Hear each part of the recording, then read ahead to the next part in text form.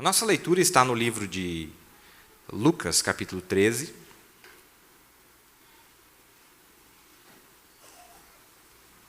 A partir do verso 6. Aqui é Jesus contando a parábola na sua vinha. E foi procurar nela fruto, não o achando. E disse ao vinhateiro: eis que há 3 anos venho procurar fruto nesta figueira, e não o acho. Corta, porque ocupa ainda a terra inutilmente? E respondendo ele, disse-lhe: Senhor, deixa este ano, até que eu a escave e a esterque. E se der fruto, ficará, e se não, depois a mandarás cortar. Que Deus abençoe a leitura da palavra, vocês podem se assentar. Como nós estamos vendo aqui nessa parábola, nós sabemos que o profeta diz para nós que todo o mistério da Bíblia está escondido nas parábolas, nas sombras, nas figuras. O mistério da sua vinda, principalmente o mistério da sua vinda está escondido em tudo isso. E é muito interessante a maneira que Jesus trouxe essa parábola falando sobre esta árvore. E nós sabemos que cada um de nós somos uma árvore. A Bíblia diz que nós somos uma árvore. O profeta pregou uma mensagem chamada A Restauração da Árvore Noiva. E você é uma árvore. Cada um de nós somos uma árvore. Agora a questão é, que tipo de árvore e que tipo de produção essa árvore tem? Jesus disse que a árvore mal deveria ser cortada e lançada no fogo. E ele disse também que a própria árvore boa deveria ser podada para que desse mais frutos. Então, tanto a árvore mal deve receber um tratamento, quanto a árvore boa deve receber um tratamento. E Jesus está contando essa parábola sobre esta árvore, uma figueira que estava plantada na sua vinha, mas ele vivia procurando frutos naquela árvore e não conseguia encontrar frutos nela. E ele se irritou, chegou um tempo, e a Bíblia diz que o Espírito de Deus não vai sempre contender com o Espírito do homem. Então chegou um tempo, ele disse: quer saber de uma coisa? Pincha essa árvore no mato, corta esse negócio aí, taca fogo e planta outra semente aí. Mas tinha um vinhateiro e ele intercedeu por esta árvore. Ele disse: Senhor, deixa mais este ano até que eu a escave e a esterque. E se der fruto, ficará, e se não, depois a mandarás cortar. Muito interessante, não é? De que alguém estava interessado naquela árvore. E esse vinhateiro, nós poderíamos, por exemplo, assemelhar com o pastor. O pastor é o vinhateiro da igreja. O pastor pode interceder pela igreja. Você sabia disso, amados? É muito importante o pastor que você tem. E se você fizer algumas viagens por aí você vai ver o tanto que é importante ter um bom pastor.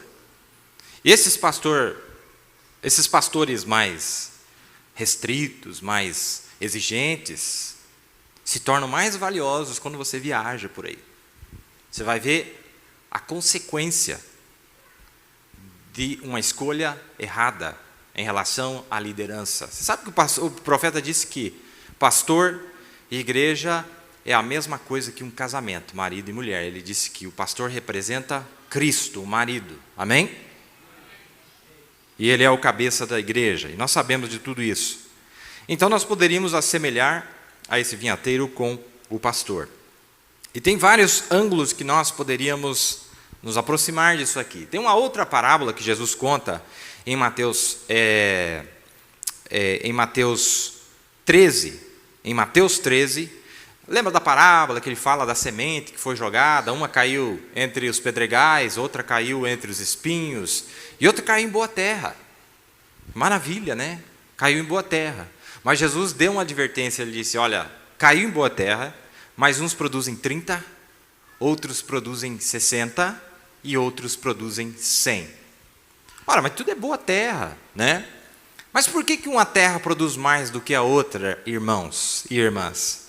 Porque uma terra é mais adubada do que a outra. Uma terra é mais cultivada do que a outra. Uma terra tem um vinhateiro mais preocupado do que o outro vinhateiro. Você está entendendo? Onde está o teu tesouro? Agora, qual tesouro que você ambiciona? O tesouro das coisas daqui ou o tesouro das coisas de lá? Então, muito interessante como que Jesus colocou essa parábola de que um produz 30, um produz 60 e outro produz 100. Por quê? Terra é boa, terra é maravilhosa, mas e o adubo? Não, você sabia que o adubo... Você sabe de onde que vem o adubo? Você sabe de onde que vem o adubo? Você viu o que Jesus disse? Até que eu escave e a esterque. Você sabe a palavra esterque, o verbo, vem do esterco. Você sabe o que é o esterco? Sabe o que é o esterco? É matéria orgânica morta. Isso significa que representa a morte. As árvores, quando elas se reproduzem, quando estão por aí, ou qualquer lugar que você vê, a árvore ela só se reproduz saudavelmente se ela estiver ao redor de algo que esteja se decompondo ali. As folhas que caem se decompõem, a fruta que cai se decompõe, a grama que morre no inverno e assim por diante. Aquilo ali é o que aduba a terra, tá certo? E esse adubo da terra faz com que a terra melhore, seja mais produtiva. Então isso mostra para nós que a Bíblia está dizendo que nós devemos estar rodeados de morte. Mas que esquisito, né? A maneira que Deus traz para nós. Ora, a Bíblia diz que nós devemos morrer para nós mesmos. Nós devemos estar mortos, e muito bem mortos. Quanto mais morto você tiver, não é? Mais você vai produzir. Quanto mais adubo estiver ao teu redor, mais você vai produzir. É isso que a Bíblia está dizendo para nós. Agora, aí que está a parte que nós não queremos. Não é verdade? Aí está a parte que nós não queremos. Você lembra? Olha que coisa bonita. Quando Jesus nasceu, veio os 3 magos. E esses 3 magos, na concepção deles a respeito do rei dos judeus, eles pensavam a respeito, eles tinham uma ideia de quem ele seria. E um pensou que ele seria a deidade, e ele estava certo. Não é verdade? Um pensou que ele seria o grande servo de Deus. E ele trouxe incenso. Mas um teve uma ideia completamente diferente, ele levou mirra para Jesus.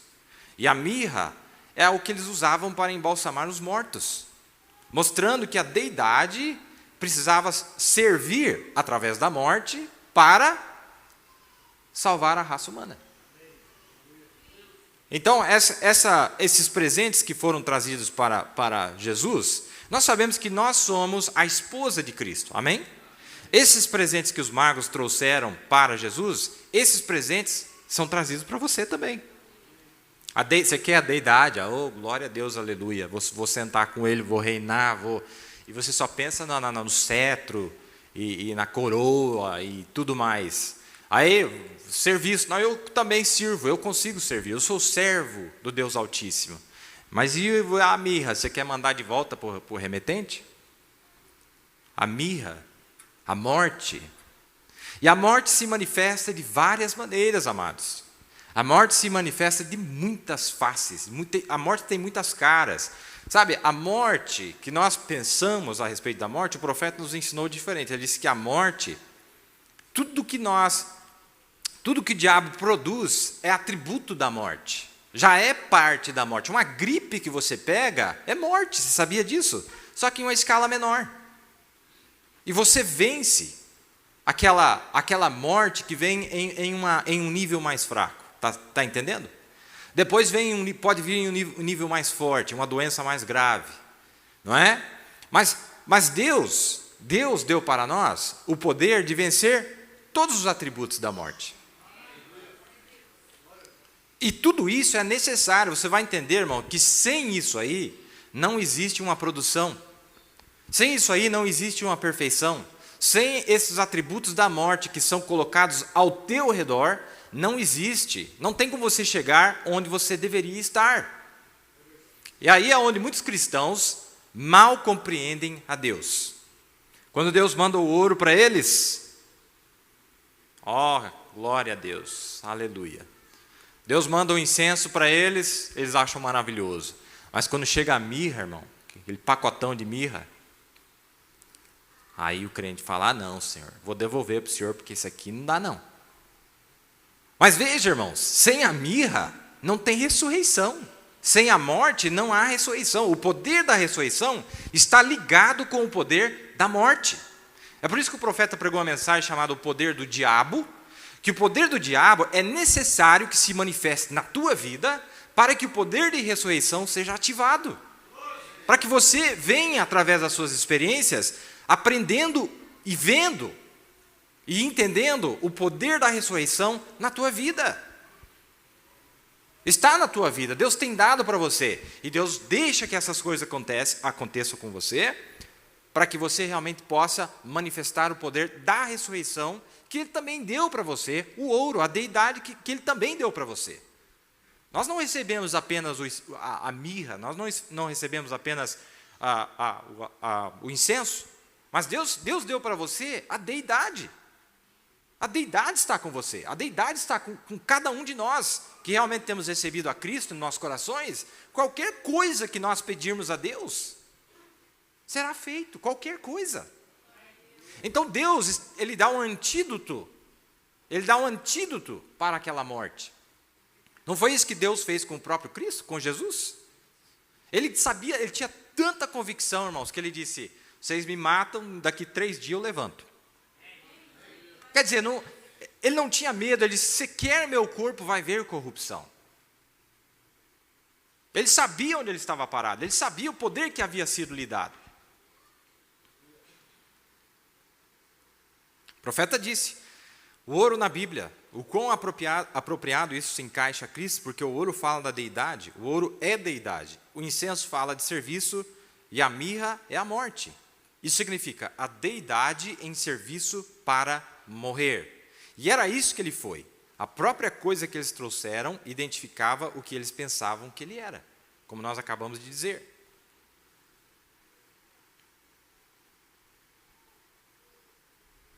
Amém? A mirra. Eu estava pensando sobre isso.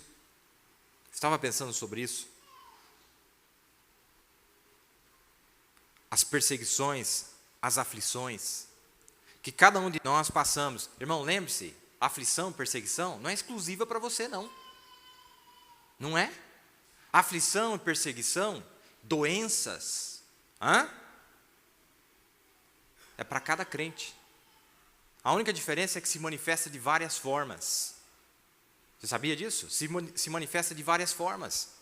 Vem para cada um de nós. Isso aí. Paulo já dizia. Paulo disse, para conhecê-lo, olha o que ele está tentando explicar para nós. Para conhecê-lo e a virtude da sua ressurreição e o companheirismo de seu sofrimento. Meu Deus, irmão Paulo, mas como assim o companheirismo do seu sofrimento? Irmão, todo mundo quer ter companheirismo na sua glória, não é? No ouro. Todo mundo quer ter companheirismo com essa parte. Mas Paulo está dizendo, e o companheirismo de seu sofrimento, sendo feito conforme a sua morte, para ver se de alguma maneira posso chegar à ressurreição dentre os mortos. Paulo entendia que o sofrimento, a angústia, a perseguição, é para que ele pudesse alcançar a ressurreição.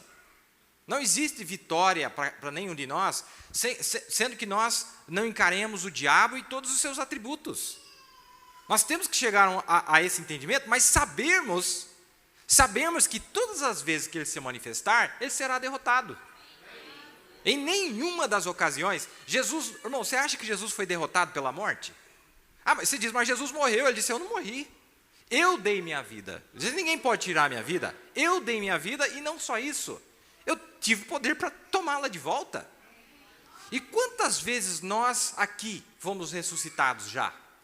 Nós passamos pela morte praticamente, tantas vezes, espiritualmente falando e naturalmente falando. Existe um poder na noiva, existe um poder no povo de Deus, que dá a capacidade deles de se auto-ressuscitarem. O profeta chega a dizer isso na mensagem em fé. Ele diz, você tem poder para te levantar. Ele diz, você tem. Ele diz, Jesus tinha esse poder para se levantar. E nós temos. Ele disse, nós temos tanto poder. Ele disse, os irmãos. Ele disse, quando Paulo estava pregando por várias horas na igreja, aquela vez, e o camarada caiu lá de cima, e ele morreu. O que Paulo fez? Paulo foi lá, estirou o seu corpo sobre aquele corpo morto, E o rapaz voltou à vida, não é isso?